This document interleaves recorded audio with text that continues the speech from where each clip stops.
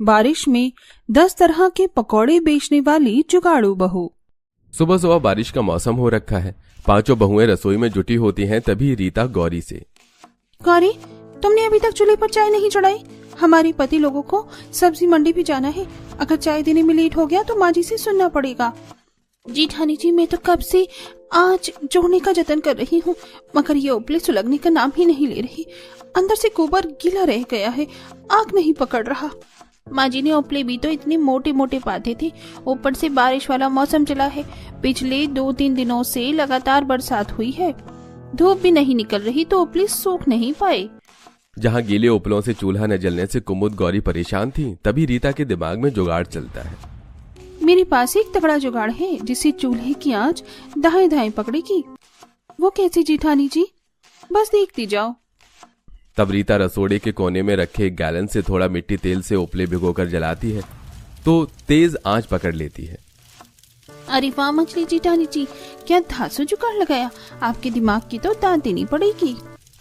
तभी जोर जोर से बिजली चमकने के साथ आसमान का रंग बिल्कुल काला कर देता है, जिसे देख मनोज उखड़े मिजाज में बोलता है, अरे तुम पांचों देवरानी जिठानी रसोई में इतनी देर से चाय बना रही थी, बीरबल की खिचड़ी पका रही हो क्या? हमें पल्लेदारी के लिए जाना है। टाइम से सब्जी मंडी नहीं पहुंचे तो व्यापारी सब्जी की बोरी उतारने के लिए दूसरे पल्लेदार कर लेंगे और हमारी दिहाड़ी मारी जाएगी। जी जेठ जी, बस 5 मिनट, चाय पक रही है, बस छान कर लाई। गजब देवरानी जी, अभी तो न पानी खोला है न चीनी पत्ती पड़ी है। 5 मिनट में इतनी फास्ट फॉरवर्ड में चाय कैसे परोस डालोगी? चंपा भाभी, चूल्हे की आंच इतनी दाएं दाएं जल रही है कि तुरंत चाय बन जाएगी। आप चारों भी लाल चाय पियेंगे तो बता दीजिए, पानी बढ़ा के डालूंगी। वैसे इतने अच्छे मौसम में, वो भी बारिश के मौसम में, तो मलाई मार के दूध वाली चाय और गरम पकौड़े बनाना खाना बनता है। मगर जब से बरसाती लगी है, दूध वाली चाय पीने के लिए भी हम मोहताज हो गए हैं। हमारे पतियों को एक थैली दूध खरीद कर लाने की भी क्षमता नहीं है। दरअसल पांचों भाइयों के पास पक्का रोजगार न होने के चलते पांचों सब्जी मंडी में दिहाड़ी भत्ता लगाते थे, जिनके बदले बड़ी मुश्किल से उन्हें 50-50 रुपए मिलते थे। इतनी आमदनी में परिवार को ढंग से पेट भरकर खाना भी नहीं मिलता था। खासकर बरसात लगने के बाद लेबर मिस्त्री वाले भी सब्जी मंडी में बोरी उतारने के काम में लग जाते थे, जिसके चलते काम की मारामारी रहती थी। माँ जी, बता दीजिए खाने में क्या बनेगा? अभी रात की भी बनाई दाल और 10-12 रोटी पड़ी हुई है। बहू, तुम पांचों रात के टाइम में इतना खाना बनाती ही किस लिए हो कि सवेरे बासा कोसा खाना पड़ता है? तुम्हें पता है तुम्हारे पति इस बारिश के मौसम में कैसे कमा कर ला रहे हैं? थोड़ा हिसाब किताब से बनाया करो। बचे हुए खाने के पीछे शोभा को गुस्सा करते देखकर कुमुद और गौरी अपनी बात रखती हैं। माँ जी, हमने तो गिनती की सबकी 2-2 रोटी बनाई थी, लेकिन दाल बनी देखकर सबने आधी रोटी खाकर छोड़ दी और बच्चों ने तो कल रात को खाया ही नहीं। बहू, डेली डेली एक ही तरह का दाल रोटी खा खाकर मन सा उब गया है। बारिश में तो चटक मटक पकौड़े और चाय अच्छी लगती है, लेकिन बेसन कड़वा तेल का रेट इतना तेज हो रखा है कि हम जैसे गरीबों के लिए पकौड़े बनाने के लिए सोचना पड़ता है। रात का बासी खाना ही गर्म कर दो, जब साथ जाए तभी टटका खाना बनाना। ऐसा कहते हुए गरीब शोभा का पकौड़े खाने के लिए मन तरसते देखकर पांचों जुगाड़ू बहू रसोई में जाती हैं। एक एक करके दाल मसाले के डिब्बे देखने लगती हैं और एक डिब्बे के अंदर से थोड़ी मात्रा में दाल पड़ा दिखता है। ये चना दाल तो मुश्किल से 1 से 2 मुट्ठी ही है। मैं सोच रही थी सबके लिए सील पर दाल पीसकर चना दाल के पकौड़े बनाती, मगर इतनी सी चने दाल में तो सबके हिस्से में 2-2 पकौड़े भी नहीं आएंगे। तभी एक बार दोबारा से रीता का जुगाड़ वाला दिमाग दौड़ता है। हमारे पास ज्यादा मात्रा में चना दाल उपलब्ध नहीं है, तो हम इसमें 1-2 मुट्ठी आटा मिलाकर प्याज लगाकर पकौड़े खोल लेते हैं। ये आपने अच्छा जुगाड़ लगाया जेठानी जी, आटे के पकौड़े आसानी से पच भी जाएंगे। तब चंपा सिलबट्टे पर बारीक बारीक चना दाल पीस लेती है और कनस्तर में से थोड़ा आटा मिला देती है। कुमुद, जब तक मैं बेसन घोलती हूँ तुम साबुत लाल सूखी हरी धनिया मिर्च पीस लो। साबुत मसाले डालने से पकौड़े ज्यादा मिर्चीदार लगेंगे। जी जेठानी जी। तब कुमुद जार से साबुत हल्दी धनिया मिर्ची निकालकर सिलबट्टे में पीसती है। तभी सविता आंच सुलगाकर चूल्हे पर कढ़ाई चढ़ाती है। कढ़ाई गर्म हो गई है, मैं तेल डाल रही हूँ। कड़वा तेल भी इतना कम है, इतने थोड़े तेल में पकौड़े कैसे बनेंगे? जेठानी जी, मैंने घोल को अच्छी तरीके से फेंटा है ताकि पकौड़े ज्यादा तेल ना पिए। इतने तेल में बात बन जाएगी। बाकी पकौड़े छलनी से नहीं, बड़े छन्नोटे से बनाना ताकि एक्स्ट्रा तेल कढ़ाई में ही निकल जाएगा। हाँ ठीक है, तभी बाहर ठंडी ठंडी हवा चलने लगती है, तगड़ी बारिश होने लगती है। सविता सबके लिए गरम गरम पकौड़े सेकती है। वहीं पांचों भाई बारिश में भीगते हुए जब सब्जी मंडी पहुंचते हैं तो देखते हैं कि सेठ दूसरे लेबर से बोरी उतरवा रहा था और खुद बैठकर गरम गरम पकौड़े खा रहा था। अरे चलो चलो, जल्दी जल्दी से आलू प्याज की बोरी उतारो। जो जितनी ज्यादा बोरी उतारेगा उसको 10 रुपए की जगह एक बोरी पर 20 रुपए दूंगा। सेठ के लालच देने पर गरीब मजदूर बोरी उतार कर जल्दी जल्दी रखने लगते हैं। तब अखिलेश सेठ के पास आता है। सेठ, हम पांचों भाई तो आ ही रहे थे, फिर आपने हमारी पल्लेदारी दूसरे को दे दी। हाँ तो क्या करता तुम्हारा इंतजार करके, अपने आलू प्याज की बोरियों को बारिश में गीले होने देता? हाँ, ताकि सारा सौदा खराब हो जाए। नुकसान तो मेरा होता ना। तुम पांचों ने तो रोज का लेट आने का धंधा ही बना रखा है, इसलिए आज से तुम्हारी पल्लेदारी खत्म। सेठ ऐसा मत करो, हम पांचों भाई बाल बच्चेदार हैं। साल भर से हम ही तुम्हारे आलू प्याज की बोरियां उतरवाते हैं और अब बरसात लगते ही तुम्हें सस्ते में लेबर मिल गया तो हमें निकाल रहे हो। हाँ सेठ, थोड़ा तो हमारे बारे में सोचो। ऐसे मॉनसून के मौसम में दूसरा काम धंधा भी नहीं मिलेगा। अपने परिवार का खर्चा कैसे चलाएंगे? हमारा परिवार भूखा मर जाएगा। अरे भाड़ में गया तुम्हारा परिवार, मुझे कोई लेना देना नहीं है। अब मेरे सिर पर खड़े होकर माथा मत खाओ, मुझको नाश्ता पानी करने दो। तुम्हारे चक्कर में मेरे चिकन के पकौड़े भी ठंडे हो गए, स्वाद भी आधा हो गया। बेचारे पांचों सेठ के आगे बहुत गिड़गिड़ाते हैं, मगर मक्कार सेठ उनकी अर्जी को अनदेखा करके स्वाद से चिकन पकौड़े खाने लगता है। वाह भाई वाह, वही ये लेग पीस वाला चिकन पकौड़ा तो खाने में एकदम लजीज लग रहा है, मजा आ गया। हाँ हाँ हाँ, ऐसे बरसात के मौसम में चिकन मटन के पकौड़े खाए बिना तो मौसम का कोई मजा ही नहीं है। चलते हैं भैया, हमारी बातों का इस कंजूस सेठ पर जूं भी नहीं रेंगने वाला। चलो कोई दूसरा काम देखते हैं, बारिश का मौसम है। भूखे बारिश में भीगते हुए पांचों सब्जी मंडी में एक एक व्यापारी की दुकान पर काम मांगते हैं, लेकिन हर जगह से केवल हताश ही लौटते हैं। बारिश के चलते काम तो बिल्कुल भी है ही नहीं, अब घर परिवार का खर्चा कैसे निकलेगा? ऐसा बोलते हुए पवन जहां सब्जी मंडी खत्म होती है उस कोने में देखता है जहां पर सड़ी गली सब्जियों का खत्ता बना हुआ था, जहां ऊपर कुछ कुछ ताजी सब्जी भी थी। पवन उनमें से सब्जियां चुनने लगता है। पवन, ये तू खत्ते में से सब्जी क्यों छांट रहा है?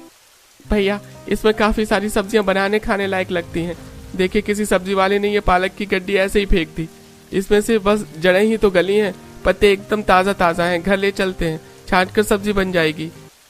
वैसे ये आलू भी कोई खराब नहीं है, केवल थोड़े हरे कट्टे से हैं और प्याज भी सही है। ऐसा कहते हुए मनोज भी आलू प्याज को चुनकर थैली में भर लेता है। खराब सब्जियों को घर पर ले आते हैं, जहां पर बहुएं सास ससुर को गर्मा गर्म पकौड़े बनाकर खिलाती हैं। बाबूजी, आपको और पकौड़े डालूं? अरे नहीं नहीं बहू, पकौड़े तो तुमने बहुत स्वादिष्ट बनाए थे कि मैंने 2 प्लेट खा लिए। मेरा पेट टंच है, इससे ज्यादा खाऊंगा तो पचाना भारी हो जाएगा। ऐसा करो, थोड़े पकौड़े उन पांचों के लिए भी बचा कर रख देना, बारिश में से आकर वो खा लेंगे। मम्मी मम्मी, मेरी प्लेट में दाल वाली 2-4 पकौड़े और डाल दो। राजू, तूने सबसे ज्यादा पकौड़े खाए हैं, अभी पापा और चाचा भी खाने के लिए बाकी बचे हैं, दोबारा बनेंगी तो खा लेना। तभी पांचों मकान में आ जाते हैं। रीता बड़े प्यार से पांचों को पकौड़े खाने के लिए पूछती है। अजी, आप सब लोग आ गए हैं, घर में गरम गरम पकौड़े बने हैं, निकालो। नहीं, तुम ही खा लो पकौड़े, हमें नहीं खाना। अरे मनोज, रीता बहू कितने प्यार से खाने के लिए पूछ रही है, तू उस बेचारी पर झिझक क्यों रहा है? अरे तो क्या करूं पिताजी, इन पांचों की डेली देर करवाने के चक्कर में आज सेठ ने हमें काम से खदेड़ के निकाल दिया। ऊपर से न तो हम पांचों भाई इतने पढ़े लिखे हैं और ना ही घर में पैसा जोड़ कर रखा पड़ा है कि महीना 2 महीना बगैर काम के लिए हम घर में बैठ कर खा लें। अजी, आप तो ऐसे भड़क कर दिखा रहे हैं जैसे सरकारी नौकरी वाली तनख्वाह देता था आपका सेठ। दिन भर गधों की तरह बोरी उतर पाता था और बदले में 50 रुपए पकड़ा देता था। वो तो हम बहुएं कैसे घर का खर्चा चला रही हैं। रीता सही कह रही है देवर जी, आखिर कब तक आप पांचों भाई उस सेठ के यहाँ दिहाड़ी बत्ती का काम करेंगे? धीरे धीरे बच्चे भी बड़े हो रहे हैं, किराए के मकान में कब तक टाइम काटेंगे? आप पांचों भाई मेहनत से कमाएंगे तो कल को अपना घर मकान भी बनाना है। सविता, तुम कहना क्या चाहती हो? साफ सीधे कहो, हम भाई अभी तक कोई झक नहीं मार रहे थे। तुम पांचों को तो घर में रहकर बस बनाकर खिलाना है, बाहर निकलकर नमक तेल हमें जोड़ना पड़ता है, तब पता चलता है कौन से खेत का क्या होता है। भैया जी, दूसरे की चाकरी करने से अच्छा कर आप पांचों भाई बारिश के मौसम में चाय पकौड़े की रेडी भी लगाएंगे ना, तो रोज के 1000 रुपए कमा लेंगे। अरे, खाने पीने का ठेला खोलने के लिए पूंजी लगती है, बर्तन ठेला लगता है और जगह देखनी पड़ती है। तुम पांचों तो बड़ी जुगाड़ करती हो ना, तो बस पैसों का जुगाड़ लगा दो, हम लगा देंगे रेडी। पवन के तंज कसने पर 5 जुगाड़ू बहुओं की आंखें नम हो जाती हैं और ऐसे ही 2-4 दिन गुजर जाते हैं और 5 राशन कोटे से अनाज लेने जाती हैं। ये लीजिए, आपके परिवार के सभी सदस्यों को मिलाकर ये 50 किलो गेहूं, 50 किलो चावल और ये 20 किलो चना दाल। जहां हर महीने 5 बहू को कोटे से केवल राशन में गेहूं चावल मिलता था, इस बार उन्हें 20 किलो की दर से चने का दाल मिलती है। सर पर राशन उठाए 5 खराब बारिश के मौसम में रोड से घर जाने लगते हैं। सही है, कम से कम भगवान की दया से हमें इस बार राशन का थोड़ा ज्यादा सहारा हो गया। वैसे भी हमारे पति बेरोजगार बैठे हैं। तभी रोड किनारे ब्रेड पकौड़े कचौरी समोसे की रेडी पर भीड़ लगी देखकर कुमुद कहती है, देखो उस पकौड़े वाले की ठेले पर लोगों ने कैसी मक्खी की तरह भीड़ मचा रखी है। अच्छी बिक्री कर रहा है पकौड़े बेच के। देखो इस पकौड़े वाले की रेडी कितनी चल रही है और एक हमारे पति हैं जो घर में बैठकर हाथ मल रहे हैं। इसी तरह बातें करते हुए 5 घर पहुंचती हैं, जहां उनके पति कुछ सड़ी सब्जियों में से अच्छी सब्जी छांटकर अलग कर रहे थे। भैया लगभग सारी सब्जी छट गई, मैं रेडी पर सजाता हूँ, फेरी लगाकर 200-400 तो कमा लेंगे। घर में इतनी मात्रा में आलू, प्याज, टमाटर, पालक मौजूद देखते हैं। घर के बाहर रेडी खड़ी थी और बहू के पास कोटे से मिला राशन, दाल, जो कि पकौड़ी बनाकर बेचने के लिए काफी था। अजी, इतनी थोड़ी थोड़ी सब्जियों को बेचकर आप कितनी बिक्री निकाल लेंगे?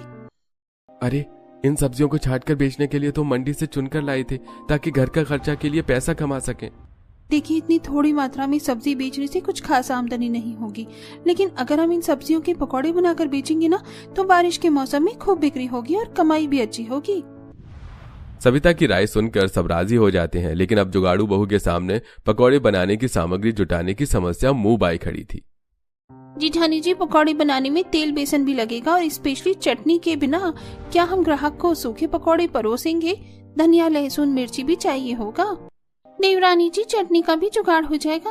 पहले जल्दी से इस चने की दाल को हाथ चक्की में डालकर बेसन बनाते हैं।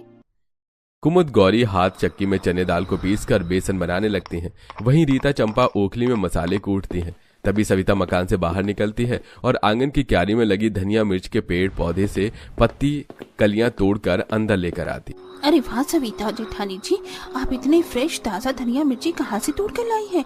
कितना फ्रेश और ताजा सा है ये। कसम, ये ताजा ताजा धनिया मिर्ची मैं कहीं से तोड़ कर नहीं लाई हूँ, बल्कि अपने ही आंगन में उपजाए हैं। जब तुम्हारे जेठ जी 1-2 हफ्ते पहले मंडी से गली मिर्च और धनिया लाई थी, तो मैंने उन्हें फेंक कर नहीं था, बल्कि आंगन की मिट्टी में लगा दिया था। और देखो, बारिश के मौसम में बिना खाद पानी दिए अपने आप ही लग गया। सविता दराती से कुछ ताजा धनिया मिर्ची को बारीक बारीक काट लेती है। 2 बहुएं हाथ चक्की में बारीक चना दाल पीस कर निकाल लेती हैं और 2 बहुएं खरा धनिया, साबुत मिर्च सब कुछ अच्छे से कूट लेती हैं।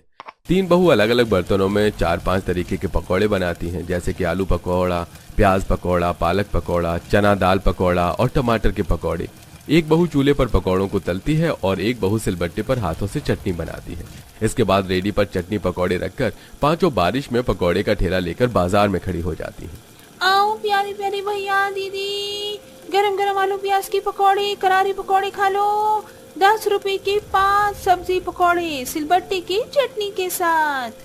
कुमुद की लुभावनी आवाज सुनकर दूसरी ठेली पर आलू पूरी खा रहे कुछ ग्राहक चटनी पकौड़े के स्वाद से खिंचे चले आते हैं। अरे बहन जी, 1 प्लेट गर्मा गर्म आलू प्याज के पकौड़े लगा दो। जी अभी लगाती हूँ बस।